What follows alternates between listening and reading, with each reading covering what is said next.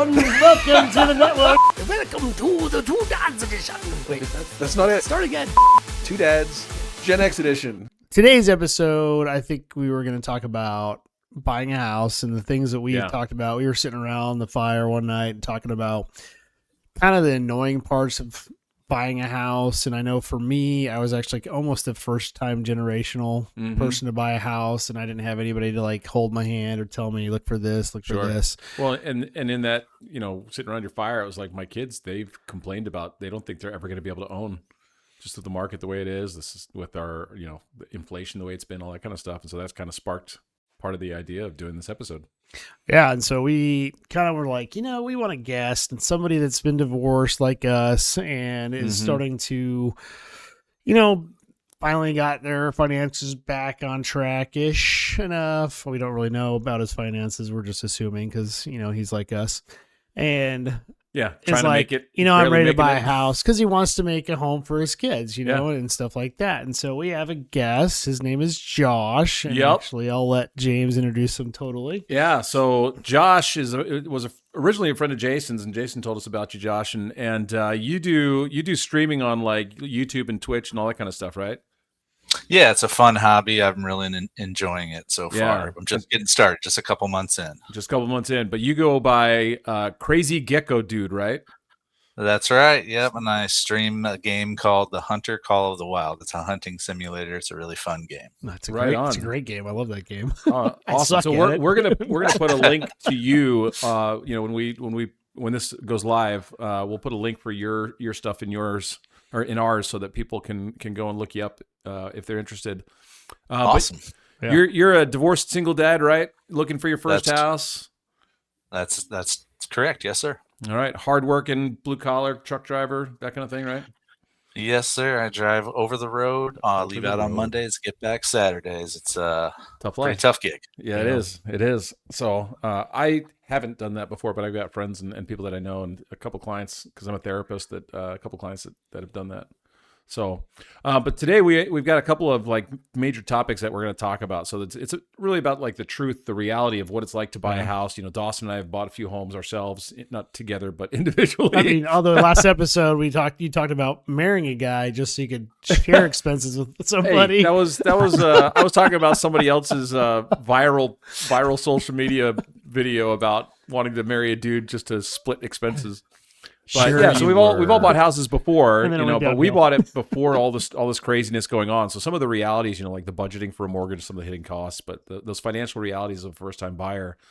We also want to talk about like property conditions, location, things that you look for and that you may not be considering, the viewers and stuff. And then, finally like strategies, ideas and encouragement for people to buy their first home, because as scary as it is and as intimidating as it is, it's very much a possibility for people out there.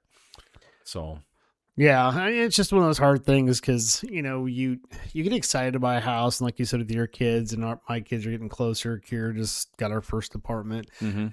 And, as a parent, you're trying to like educate them and teach them, I wish I did this and this. But ultimately, I think going through these hidden topics that we're talking about and these hidden costs and stuff, I think it's going to really help listeners understand, I wish somebody told me this and what to look for and stuff like that.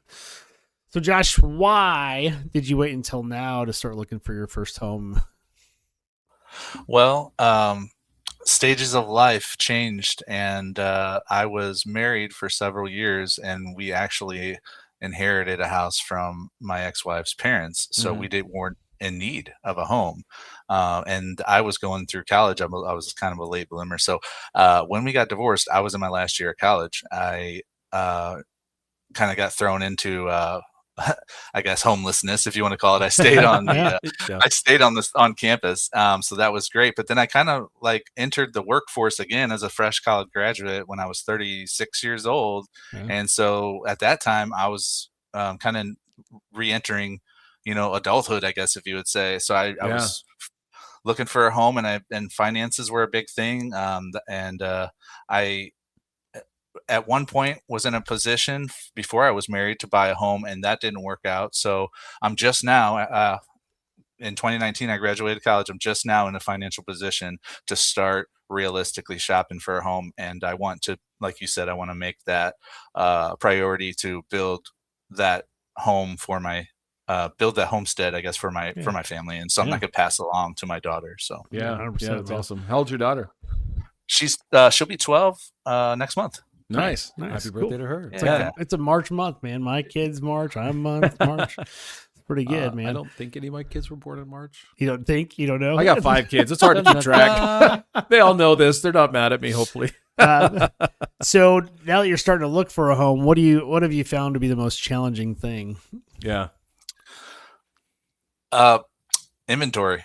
Yeah. There is nothing to buy. And if there is, it is overpriced. Oh yeah. So yeah.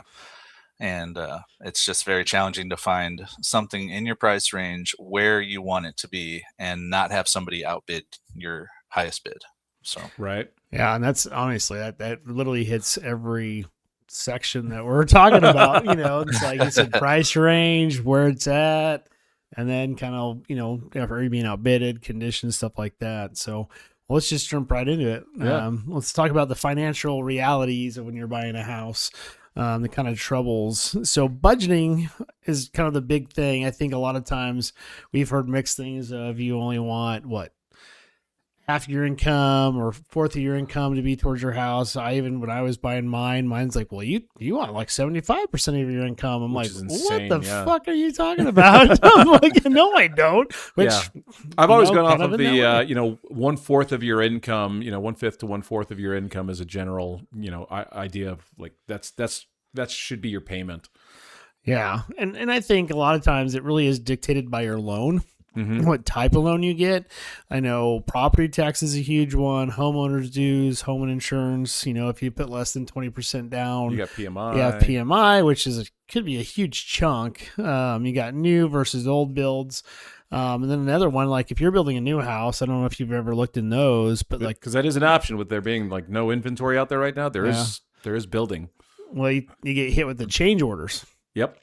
So anytime you add something, they're like, oh, we'll let you add what you want, but that's 20,000 here, 20,000 there. And so what kind of loan are you looking at getting? And what have you decided on as far as moving forward goes? Regarding the loan, I was considering an FHA loan versus a conventional loan. And so I'm lucky. My mother's a realtor. And so I have someone to guide me and bounce questions off of. So not everybody has that. And I understand that. So, I'm considering the conventional loan right now over the FHA loan.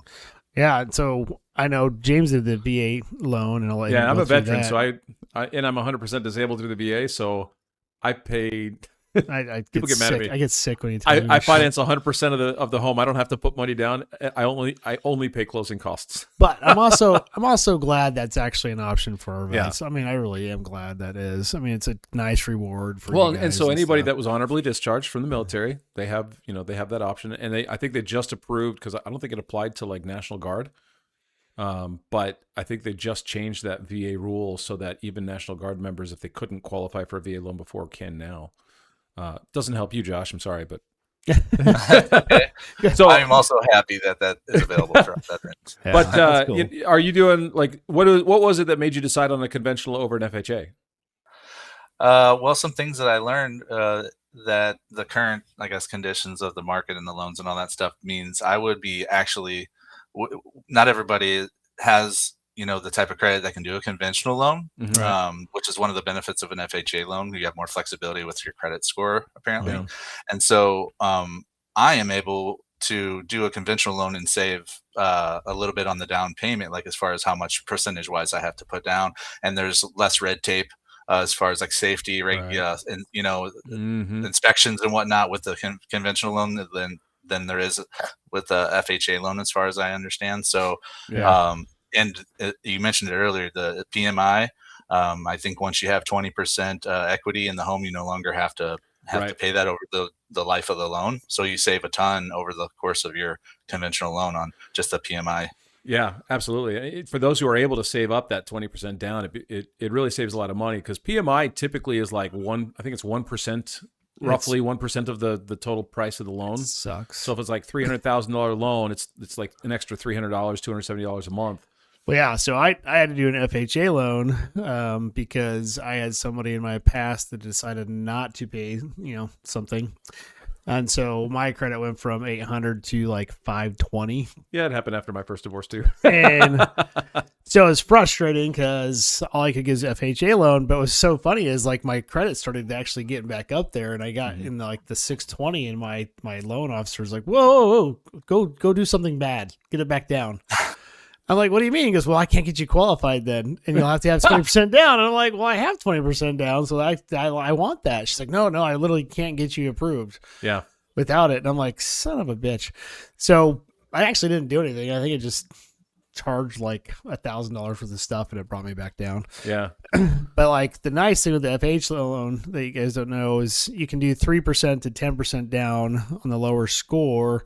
With the option to refinance 2 years in and put down the 20, like get the rest of it down, and then you can get into a normal loan. So you kind of prove that you're good. Right. But the bad thing is, like he mentioned, like the PMI and all the other crap. Because like for me, when I was looking at homes, I had a specific price range, I had a budget, and I kept getting, like you said, outbid by people, but I'm finding it was like all those small We Buy Homes companies that literally work for BlackRock and State Street, and they don't want us to get that. And like, I'd see a home that's like worth 270, and they're bidding 375, and I'm like, what the fuck? Yeah. I'm like, dude. Well, the last few years, I mean, during COVID, because people were working remote and they could move anywhere, it went insane. I bought a house 2-3 years before that for less than I bought this one for. Is really nice, 3,000 square foot, 4-bedroom, 4-bath, all that kind of stuff. Really nice house in a nice neighborhood.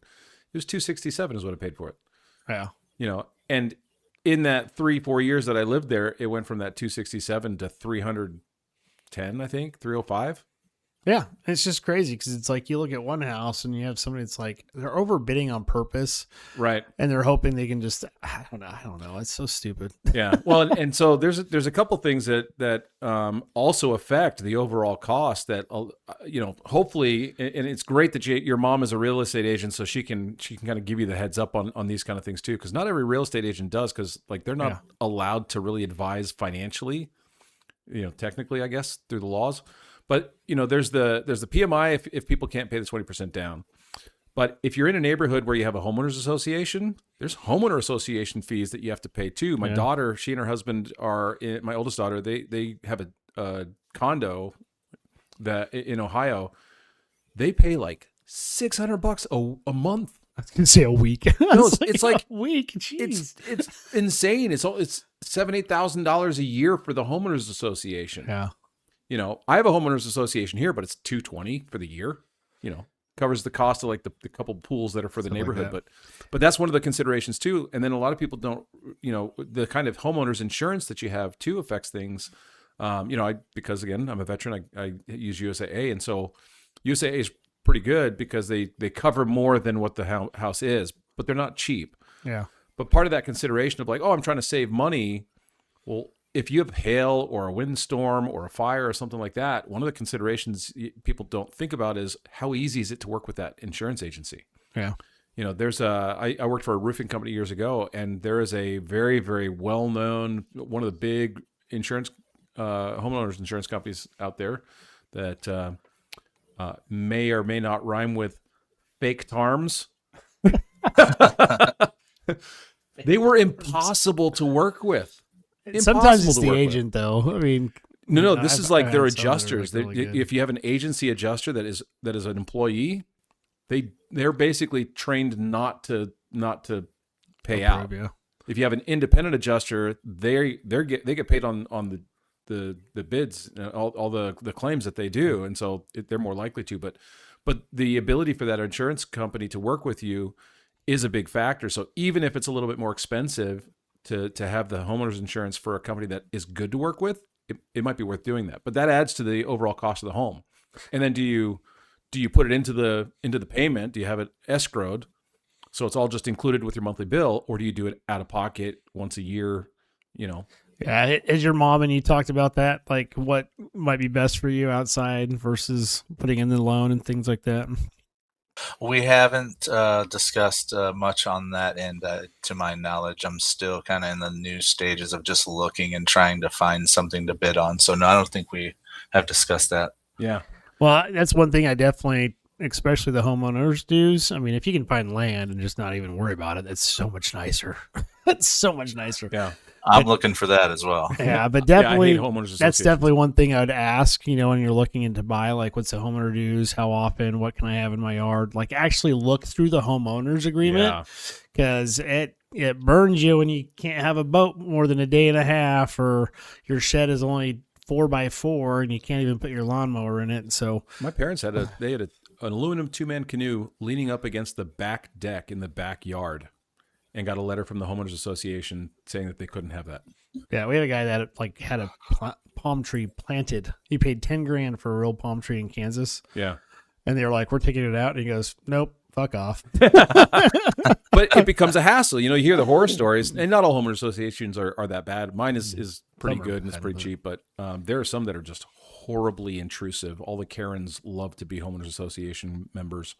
Hey. But, it's true. It's true. So what about hidden costs? What have you and your mom talked about, like closing costs, moving expenses, inspection fees, impending repairs? I know with an FHA loan, the big hiccup with an FHA loan is if the inspector comes in and finds it, the homeowner has to fix it within, I think, 15 days. And so that was kind of the red tape you talked about with FHA. But what have you guys talked about at all? Well, lucky for me, that's all pretty transparent when her and I have discussed that as well, the closing costs. And what surprised me, I guess, was like the sum of money that I would have to save up is larger than any sum I've ever had to save up before. Yeah. And so that kind of surprised me. But as far as like the little extra, inspection costs and stuff like that, she's made me very well aware of everything, what to expect. And it's just, everything adds up, Sure. Well, and the nice thing is a lot of those things can be actually kind of financed into the loan, so you don't have to necessarily pay out of pocket for every single thing. Well, sometimes negotiated, you can say, hey, you can negotiate in the sale let's price. say you go inspect a house and let's say the carpet's kind of dingy and you're like, oh, let's have them replace the carpet, or they pay the closing costs. Yeah, stuff like that. And there's other things to consider, because I've bought and sold a few houses, and there are when the inspectors go through, they're going to look at like all the issues, unless you're Dawson and it's his house, because the guy just drove up and took a picture and drove off. He literally, it should be illegal. If it's not illegal, I'd be shocked. But I'm so mad about that. So like I sold a house in Georgia, and that's actually the appraiser. Oh, the appraiser did that? Oh, yeah, fuck them. But I hate them too. But I had a fireplace that had a brick mantle or brick stoop or whatever it's called. So in the crawl space underneath, code required a piece of angle iron bolted into the concrete of the foundation of the home. They called it a lintel. Yeah. My house didn't have it. So when the inspector went through, he pointed that out. And it's like, it was going to be like $700 to have it done. But I've done this before. And so I said, was it code when the house was built? It wasn't code when the house was built. So it wasn't a required repair. Yeah. It's something that the inspector said should be done, but I was not. I was able to negotiate that out of it, because it was like, I didn't. If the homeowner messes with something, it has to be up to code.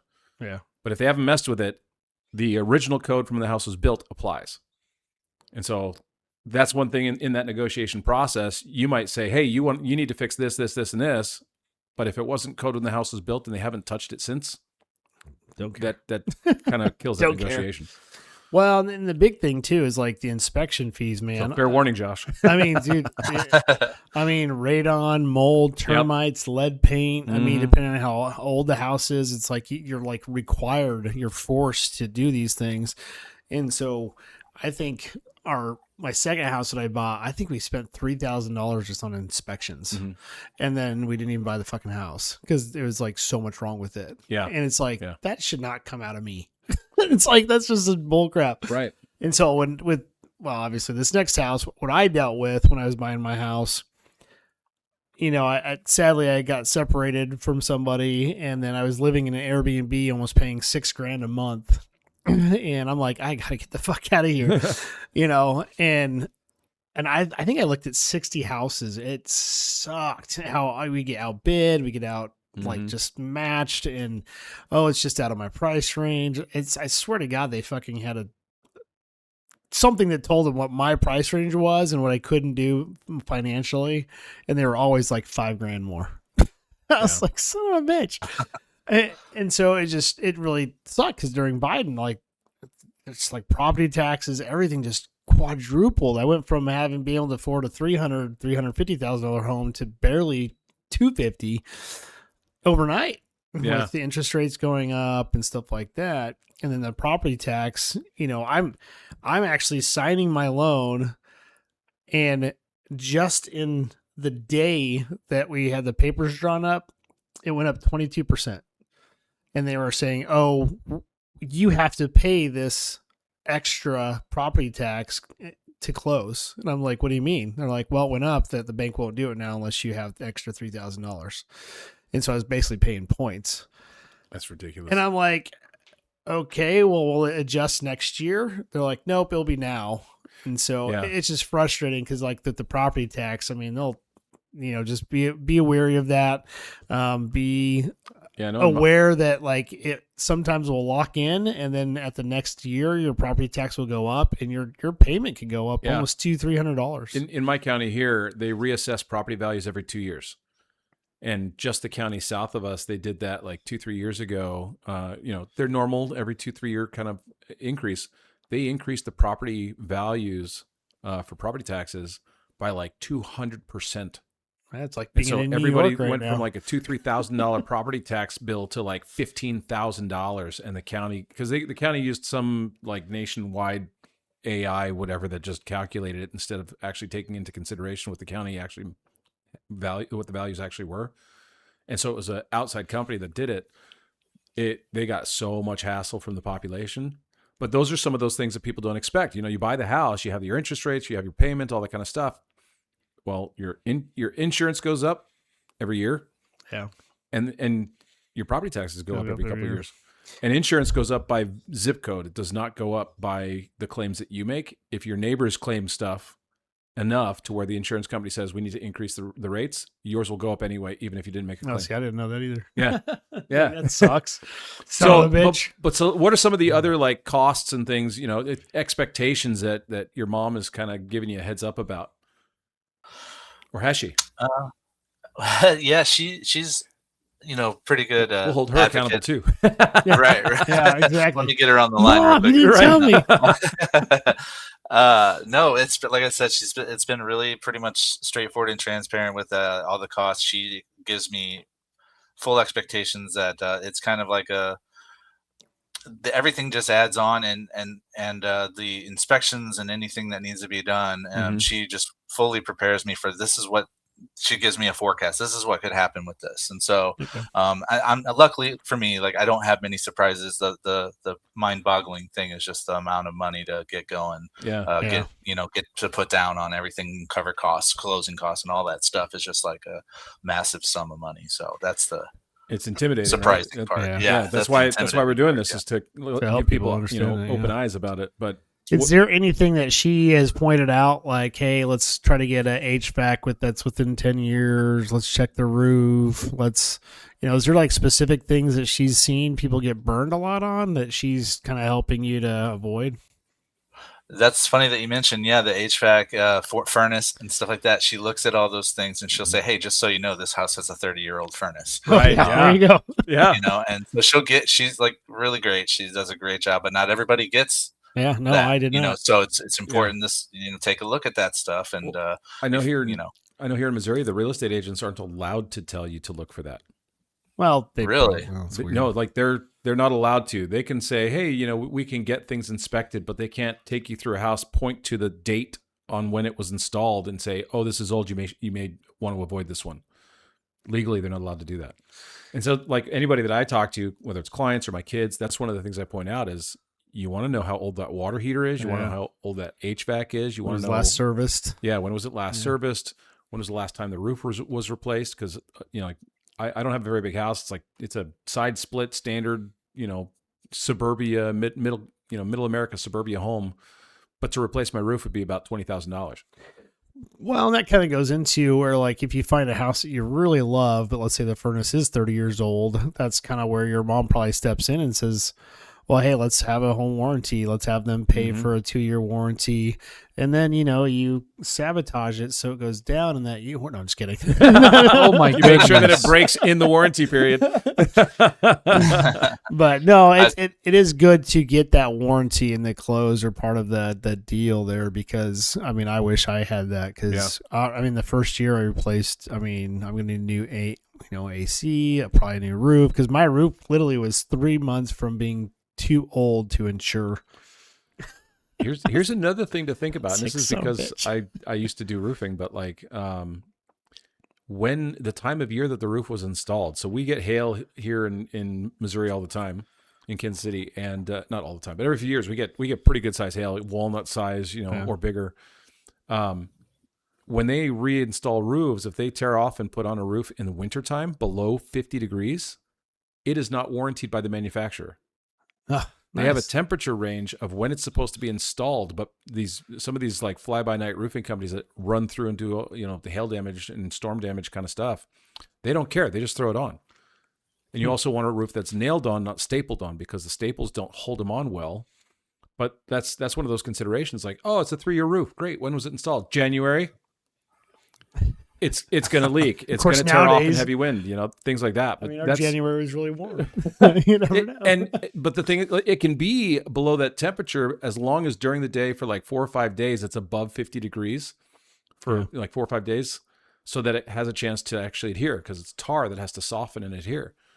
But yeah, one of the things like in this house too, so bought the house, there was an issue with the HVAC. The house would heat up, and when the HVAC shut off, it would not turn back on. So the house would just get colder and colder and colder. I bought this in December. Oh. And so for the first like 4 or 5 days, and it's something that was a known problem. The homeowner that I bought it from said that they would pay for it to be fixed, and they did. But for the first few days, I was in here, and I'd wake up every 2-3 hours through the night, and I'd go and turn the system off and back on just to restart it. Yeah, that's me in the summertime with my AC. It's like, so, damn it. And to replace, I know here in Kansas City, like I have I know too much detail about stuff. I have a 4-ton system because the house is over 1,800 square feet. So it's a 4-ton system. And to replace the system through most of the companies here in Kansas City would be $15,000. Wow. Yeah, it's expensive. So all of it adds up.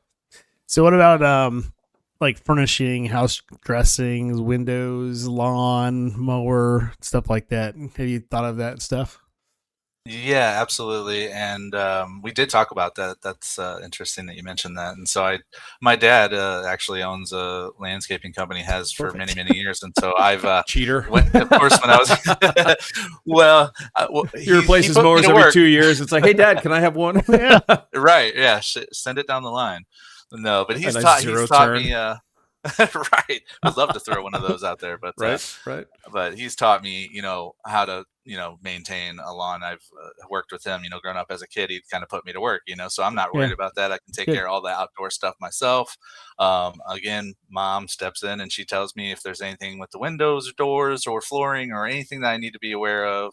And to touch on what we were just talking about, warranties, I have a experience I want to share with that too. Yeah, please. Yeah. I was going to put an offer on a house that I really liked. It had everything that I needed, and it had major a foundation repair done, but it was done very well.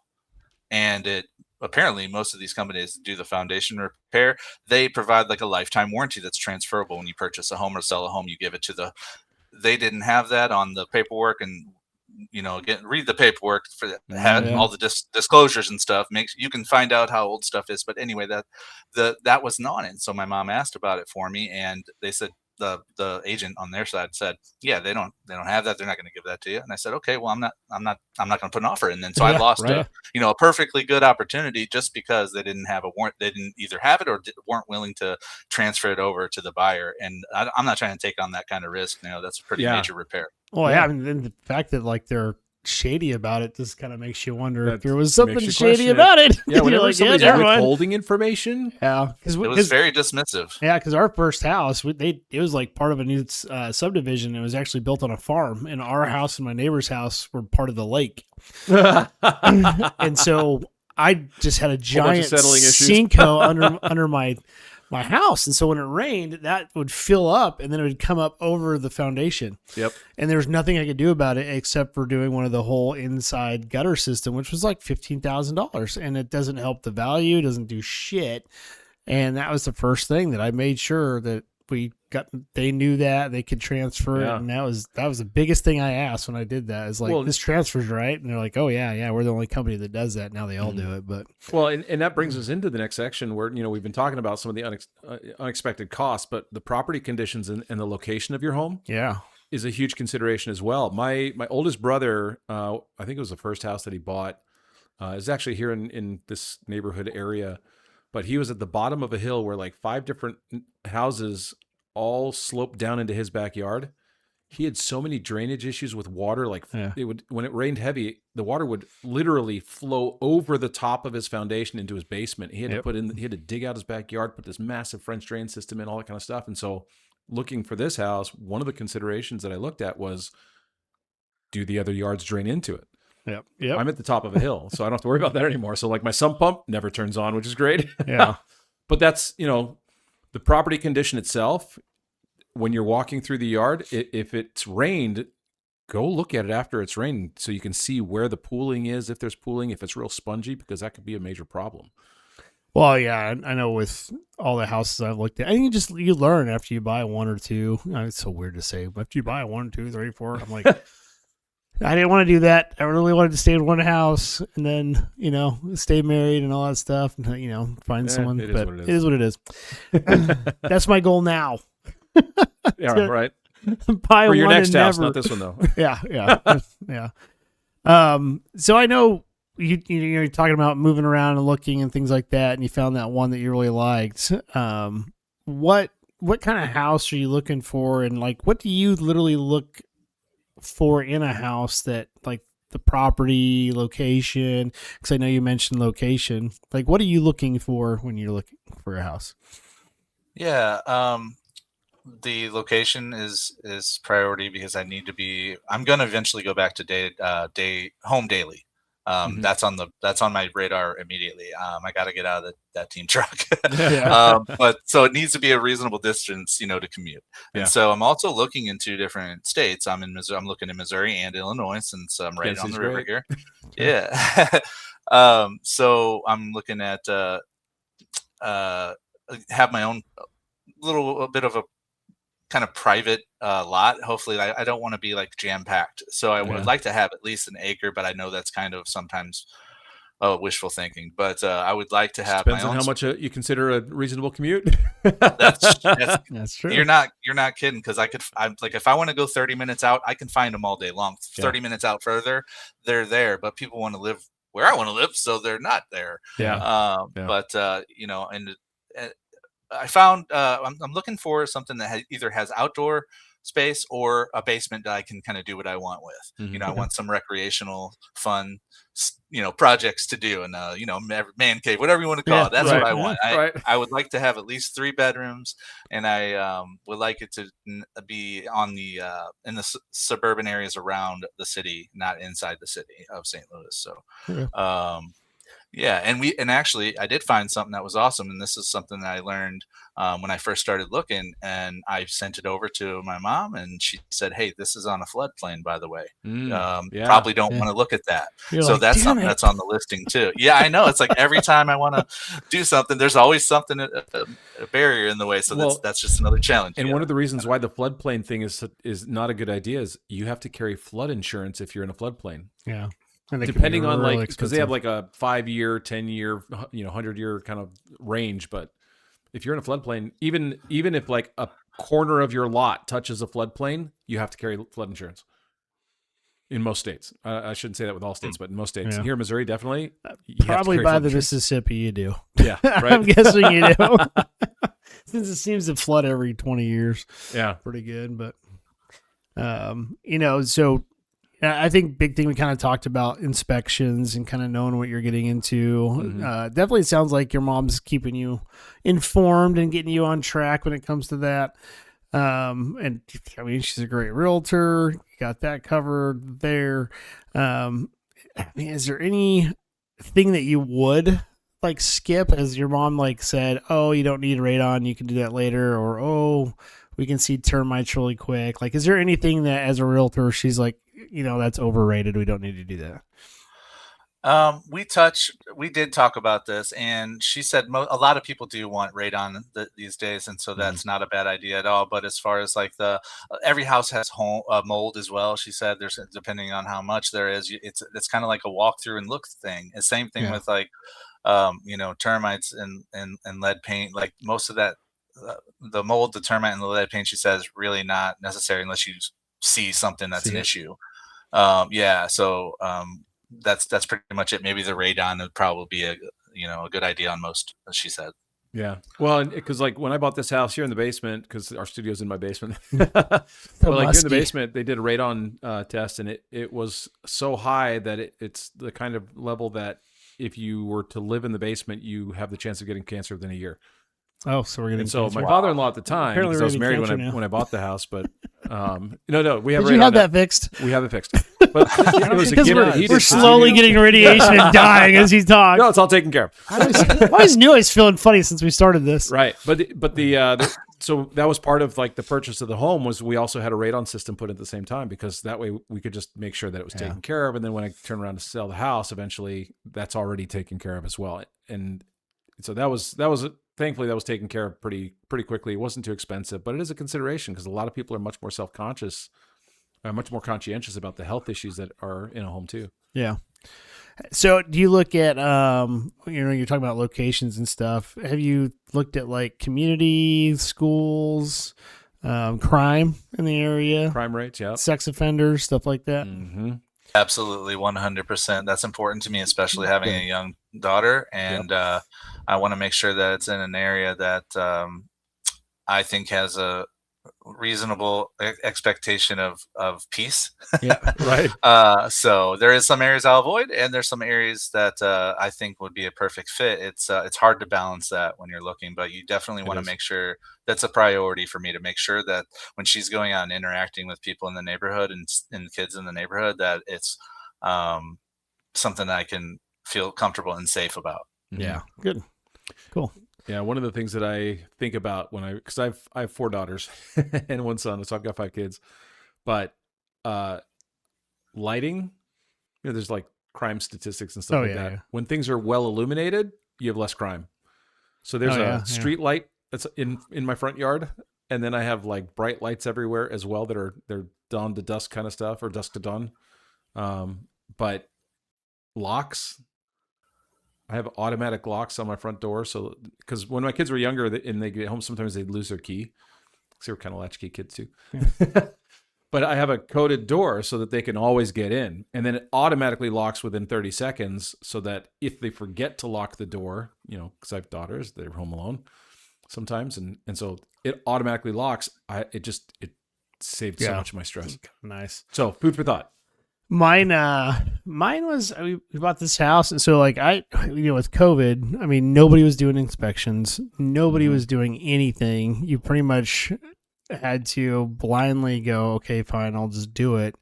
Biggest regret of my life, my realtor had restored a lot of homes and stuff, and he's like, they've already shored up the foundation, there's it's cinder block, they've done the pillars to kind of help, but James and I have found some headaches that I'm like, floating slab is an entryway that's literally like, oh my god, we need to seriously reinforce this or my entryway is just gonna cave in one day. But like mine, we moved in, and a week after I moved in, a street over, a meth house got busted. Yeah. And you can't anticipate who's going to be that. And you have it, and you're in a decent neighborhood. It's not like you're in. Well, it's Roland Park. It's yuppie-ish, Yep. Well, it's up and coming, right? You look at why and what and where. I do like it because it is a blend of like the Price Chopper. There's a nice Mexican community. There's a high Asian community. You got the white and the black. So it's actually a really good blend. And I love the Price Chopper there because it has everything, man. It has every type of cuisine. And we don't even have to go to a special restaurant. We can literally go to that Price Chopper because it has all that stuff. Yeah. So let's move on to the strategies and kind of encouragement to buying a home. I know with our kids, it's kind of been discouraging. You talked about having to save up and you're having a hard time finding what you like, and it can get discouraging. I mean, I looked at over 60 houses and kind of got to the point I'm like, fuck, I'm just going to live in a trailer. My kids are probably glad I didn't do that. But, well, and I think one of the big important things to remember, and I tell my kids this too, and this is the way that I approach it. It is a transaction. It is a financial transaction. It is not an emotional transaction. So there's the emotional push of like wanting to have a home, place for your daughter, for you, home base, that kind of stuff. There's emotion in it. But when it comes to the actual house, we can get caught up in the, oh, this is so wonderful. This is my forever home. This is, that kind of stuff. It is a financial transaction. That's it. It has to make sense on paper more so than it has to make sense emotionally. Yeah, I mean that's kind of the mistake I made was I got to the point that I'm paying $6,000, and it basically goes to point one: avoid the rush. Don't rush things. Just take your time. All you're doing is saving more money. If you living good now and you're able to save, you're just going to be saving more by taking your time and finding the perfect thing, and eventually it will come. But I didn't have that faith. I was getting so discouraged that I finally just said, fuck it. I don't care. Let's just buy this one. And I regret it. It's the only house I regret buying, but out of all of them, kind of thing.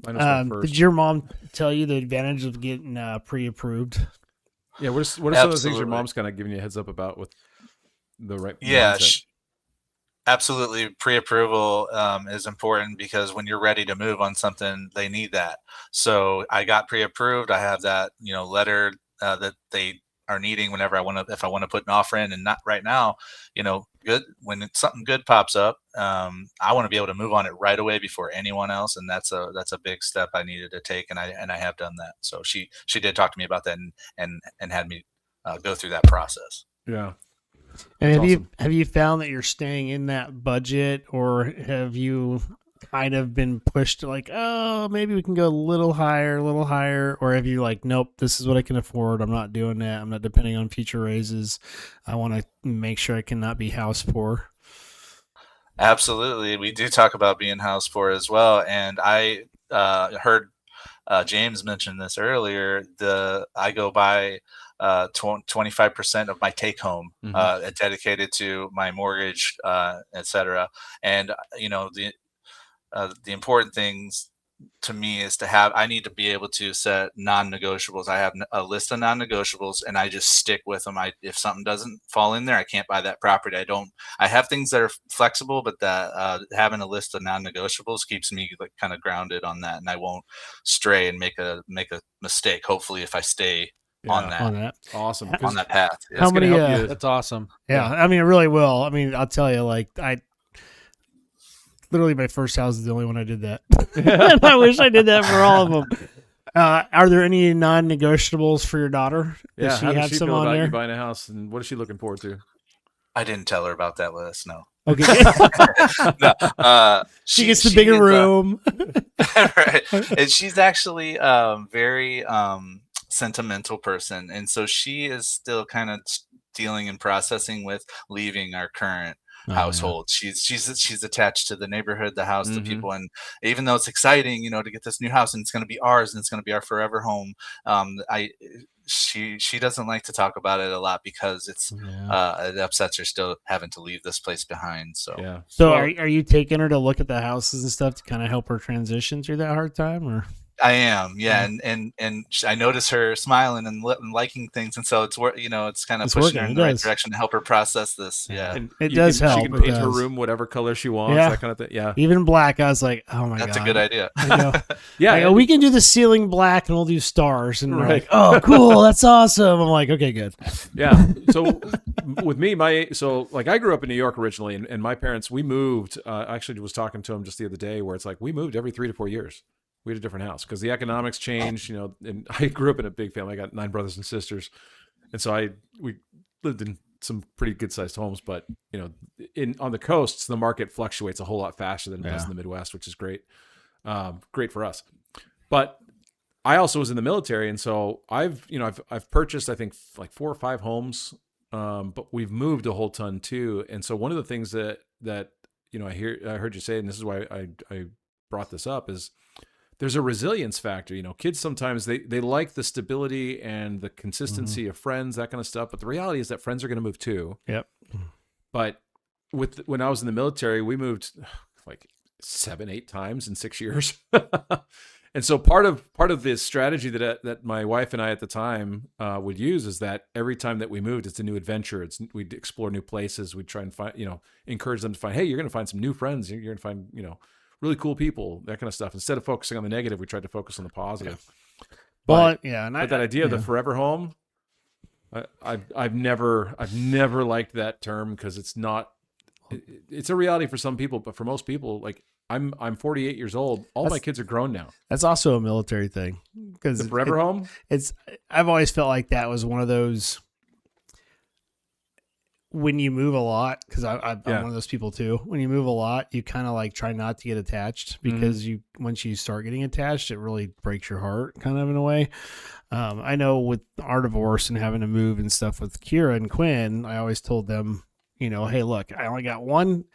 You only have to share a room for now, but as soon as you each have your own room, I promise, as your father, you'll never have to share a room again. Yeah, under my roof, and that's the one thing I'm proud of. I kept my promise to this day, and my daughter's in college now, and she's out, and Quinn has his own, and I just kept it. And there's times I just really have like to just live in an apartment and not have to deal with any of this shit. Right, but that's true. Sometimes it's like I'd rather spend $1,000 a month on a cheap apartment somewhere and just bank some money. But with my kids, I made them a commitment too after their mom and I divorced, where because I got sole custody of my kids, and because of the military and because we'd bounced around so much, when we moved here, I told them that they would be able to graduate from the same school. So we may change houses, but they would still have the same friends, still the same school. So the stability is important. It is, but it's not the only thing. That's part of the emotional side of buying a house. All right. So wrapping up here, is there anything that you're scared of, like that you're absolutely just would give advice to our listeners that you've learned so far, even though you haven't bought yet? Anything that I'm scared of, I would say just the normal, what kind of disaster is going to happen after the purchase and I get in there, and you know what I mean? Just like, what am I going to spend more money on? It's not a matter of if, it's just which one. Right. Exactly. He's tearing down a wall and he finds a whole stack of dildos on the wall. And you're like, hey, son you of a dildos? You might be tearing down a wall and find a stack of like coins, like Prohibition era whiskey or something that's worth like $100,000. You better fucking invite us over. I mean, it's only going to be me and you drinking, but I don't drink. But so like, what's that, Jason? He said he's going to drink the dildos if he finds a dildos in the wall to invite him over. I mean, if there's whiskey in it, maybe. I don't know. But but like it's not a matter of if, it's just a matter of when, because everything has an expiration date. Even if a toilet starts leaking, and it's not expensive to replace a toilet. They're $100, $120 for a decent one. But it's just that next thing, right?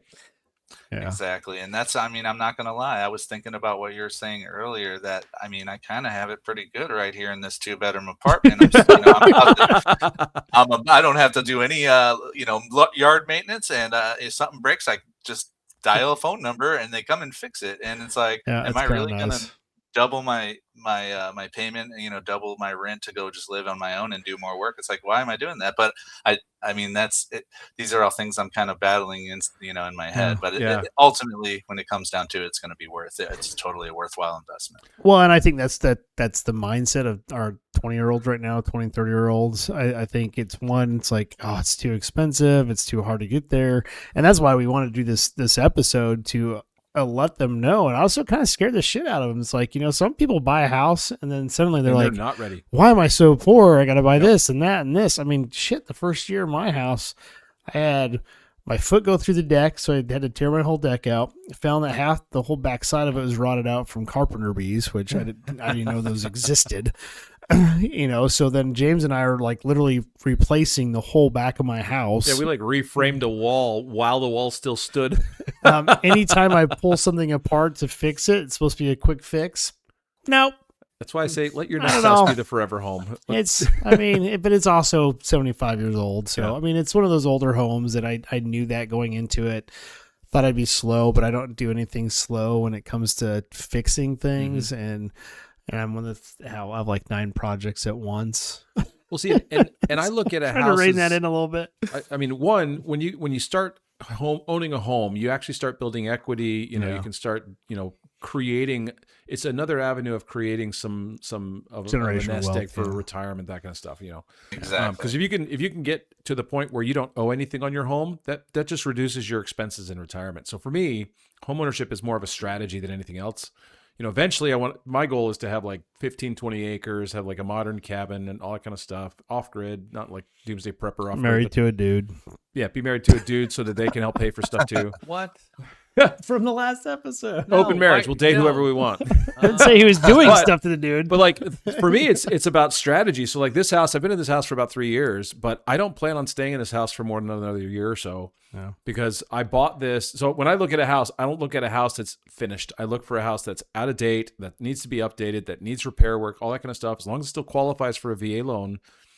But if it's ugly, great. That means I can get it for less money. Yeah, I'd make more money. I can do the repairs. I can do the upgrades. Paint. You can paint a wall if you don't like the color. It's not. Yeah, don't get caught up on paint colors. Like when you go in a house, flooring, anything like that. Just don't look at the cosmetic because you can fix the cosmetic. Look at the in Missouri, and I think there's a lot of states that are like this too. But in Missouri, if you live in your house for 2 of the previous 5 years, you don't have to pay capital gains on any equity in the home. Yeah.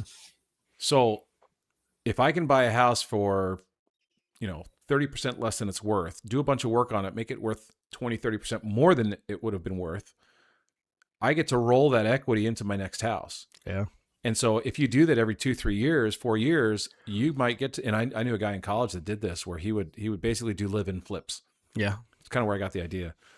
He ended up in 2007, 2008, buying a house that a builder had, because the housing market crashed then. And so the builder basically dropped out of the market. And so he bought this house incomplete. It was a $500,000 house back in 2008, but because he had done live-in flips for the previous 10 years, he paid like, I think he bought it for like $300,000. The finished house was supposed to be worth $500,000. He only financed like 80 grand on it. And then he did all the finish work himself. So he had a $500,000 house that he had a loan for 80 grand. That's a strategy. Yeah, it is. Really is. So when people go into a house, and I think like, Property Brothers and Flip This House, all these different shows where they're showing the finished house that has all the latest stuff, has kind of ruined people in, I have to have a house that when I walk into, it's finished. Yeah. Great. That's the kind of buyer I'm looking for. It is nice. I've been there. It's so nice. But styles change, right? Things break, and so it's that idea drives up the prices and it makes it harder to buy a house because that's what people are expecting. And so, part of the strategy is you don't have to buy the latest and greatest. You can get something that's older. You can get something. I mean, there's short sales. Are you talking about you, James, for the women that are listening? Get something shorter. We're talking about buying houses right now. I thought we were talking about you dating, the dating show. Yeah, that's down the road. But, if we buy emotionally, if we don't look at it more like a strategy, that's just a transaction, that's oftentimes when we get the buyer's remorse. Yeah. Because nothing is exactly the way that we hope it is. There's always going to be something. And so going into it with our eyes open, knowing what some of the anticipated expenses are going to be, or at least being aware that they're going to be. Realistic about them, yeah. Yeah, helps with that process. You're not going to replace your HVAC, water heater, roof, windows, flooring, and everything all in your first year. If you are, you really need a better real Then estate you're in the agent. movie with Tom Hanks. It's called The Money Pit. Yeah, the movie Money Pit. I want to know about Josh's man cave. Tell me about your future. Yeah, what's your man goals? cave. What ideas do you have? Oh, okay. Well, I'm a big, I guess, guitar enthusiast. So my brother is as well. So I would like a space for us to have little shindigs with music and maybe a little bar area, something like that would be great. Maybe an speakeasy in your house. Right, exactly. But don't tell anybody about that. Well, secret knock. Come through the back. Right. What's the password? Maybe I thought about maybe a movie theater area, an exercise area. Just I've got so many ideas. I mean, it really kind of almost depends on what the space looks like. But it's been something that I've really been motivated, and to buy a home that I can have a space like that for me, and also checks a lot of the other boxes. But yeah, just some ideas like that. Nice. That's awesome. Nice. Yeah. Well, the last tidbit I would recommend, I think people don't realize that just doing one extra payment on your principal actually can get that paid off a lot faster. I know they don't want you to do that because most loans are made to where your house is doubled by the time you paid it off. So I just recommend that for you to think about, like if you take your mortgage, divide it by 6, and that's what you try to add an extra payment to your principal every month. And generally that can get your house paid off in half the time. So, yeah.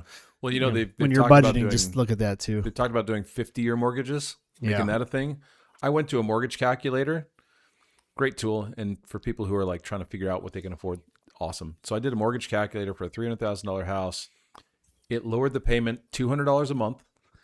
But over 50 years, a $300,000 house you would pay $1.2 million for. Oh, yeah, easily. So yikes. The banks are going to love 50-year mortgages. Oh, it is not an advantage for us. Well, I think one of those things is like, I'll do that for 3 years, sell the house and move on. Right, yeah. Do a live and flip again. But well, Josh, hey, we wanted to thank you for joining us on this because, we've already bought houses, but this is your journey. You're going through it the first time, and we really like and appreciate your perspective, for people that are watching, for our own kids, that kind of stuff. But don't forget to look up Josh's his streaming services, the stuff that he's doing on Twitch, stuff like that. Crazy Gecko Dude. Yeah. And we'll make sure there's a link there. But thank you very much, Josh. We appreciate it. Cool guy. I hope you find a great house. Hey, thanks so much for having me. I appreciate the conversation, and I'll take a lot of what I heard and kind of implement that to my search. So thanks so much. Yeah, and talk to your mom about it. Just say, hey, I talked to these 2 weird dudes, and they brought up these ideas. Get her opinion on it. Hey, post us a picture when you do find the house, man. Yeah, let us know. Let us know what you find. I will. All right. Thank you. All right, absolutely. Man. And if you like the episode, you want to see more, don't forget to like, follow, and subscribe. And leave that comment at your house horror stories, what you went through when you were buying a house. Let us know. We want to hear them. Absolutely. Thanks for stopping in, and stay classy, Kansas City.